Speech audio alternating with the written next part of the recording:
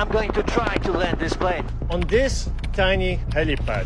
And I only have 27 meters. That's roughly 14 times shorter than the world's shortest commercial runway. Right, let's make history.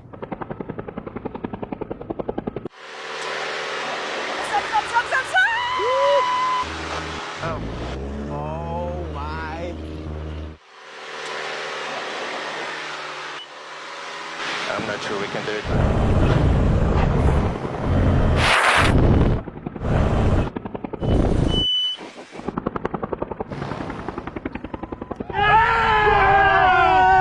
Sergi actually asked Luke how they were planning on getting the plane off the helipad after the stunt.